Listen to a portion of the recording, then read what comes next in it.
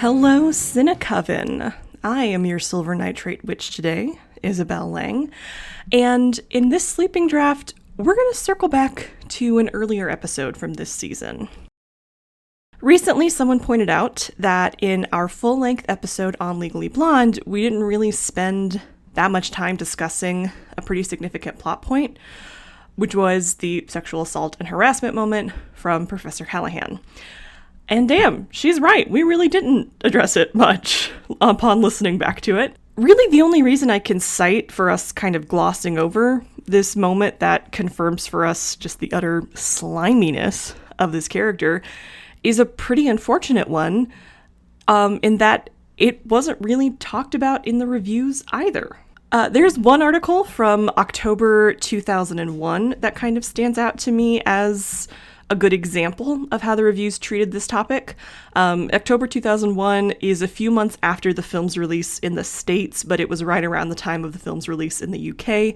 And Philip French of The Observer, which is a publication of the UK's The Guardian, did shed some light on Callahan's actions, as well as honestly just kind of the pitiful makeup of men in the film.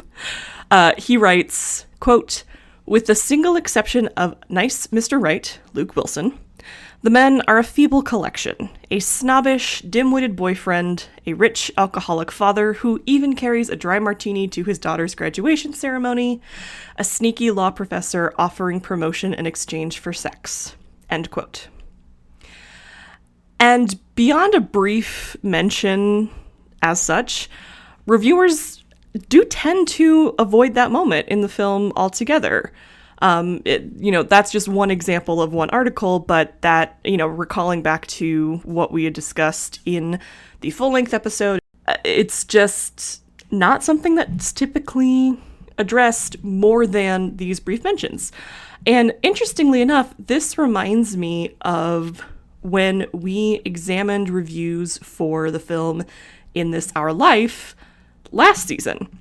Now, this movie had some equally, maybe not equally, but certainly some similarly uncomfortable moments regarding harassment and unwanted attention between Stanley and her uncle. We talked a lot about how, it was given real creep vibes, and it seemed like none of the reviewers were addressing that outright. Some of the reviews at the time did similar work, I think, as French did here in The Observer, which was just sort of touching on the topic very briefly, and then what they did for the In This Our Life reviews tended to be gently pushing the readers toward the novel for a further or more detailed explanation of what was happening.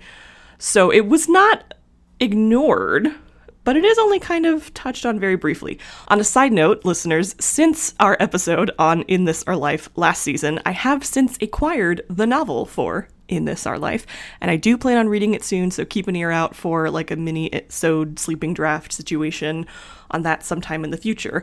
But the point here is, and what I'm seeing kind of similarly, is that it seems from the 40s to the early 2000s, this kind of topic of sexual assault and harassment isn't really given the attention it perhaps should be in the reviews or necessarily in the films. So food for thought. Brew for thought?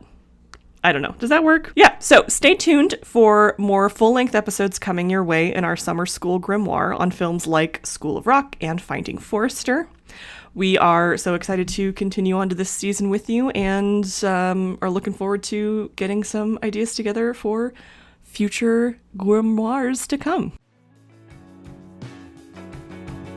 You can find your Silver Nitrate Witches on various online platforms at LJ Valenza and at Bellang303. Thanks so much to Fine Motor for the use of their song Highway Moon. You can check out more about the band at finemotormusic.com.